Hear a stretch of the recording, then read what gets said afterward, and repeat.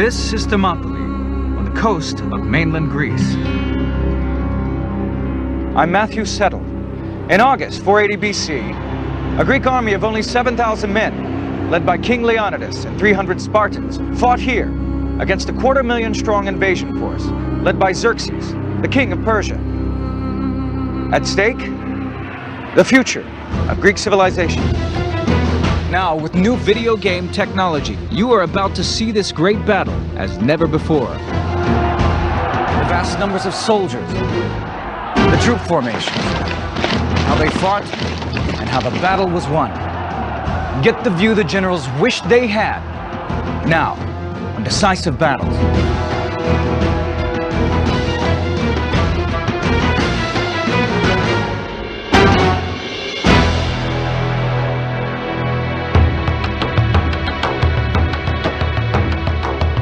2,500 years ago, Greece was not a unified nation. It was a collection of independent city-states like Athens, Corinth, and Sparta, each with their own laws and systems of government. The Greeks lived under the shadow of the mighty Persian Empire, which stretched from present-day countries like Turkey, through northern Egypt, Israel, Iran and Iraq, to Afghanistan and northern India. 2/3 of the known world. But even this was not enough for the Persian king Xerxes. He wanted to expand into Europe. Greece was the gateway. 10 years earlier, his father Darius had been defeated by the Greeks at Marathon. Xerxes was determined not to suffer the same fate.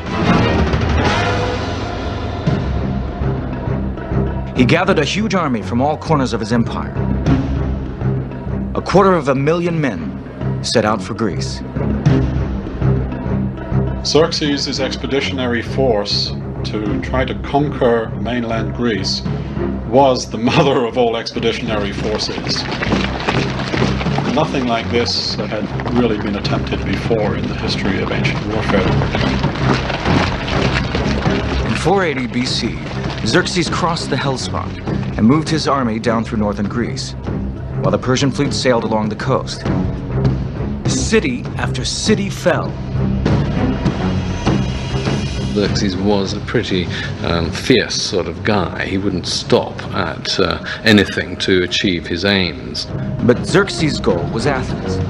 The Greeks had to stop him at all costs, and they had to do it here at Thermopylae. Otherwise, he would have a clear run to Athens.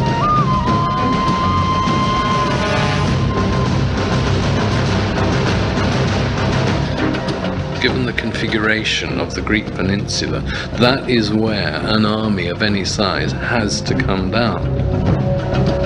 Thermopylae was the obvious place.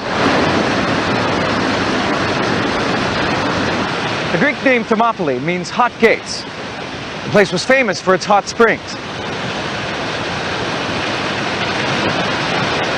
With high rugged mountains on both sides, the narrow pass was easily defensible.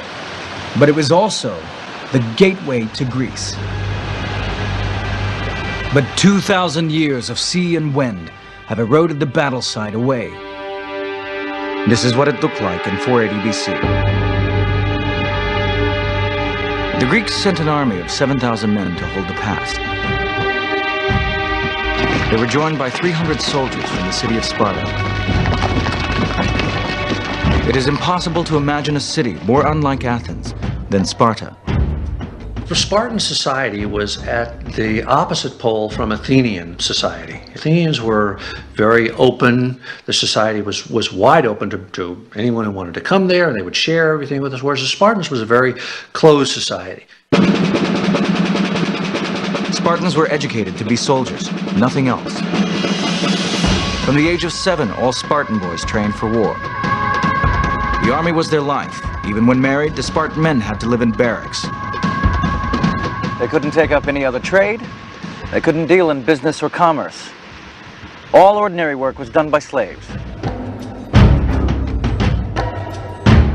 Sparta was a small town. It had no more than 9,000 peers full Spartan citizens at any one time. So this army, everybody knew everybody else. If you were standing in formation, your brother might be over there, a couple of ranks behind. Your father might be over here. Your cousins would be over there.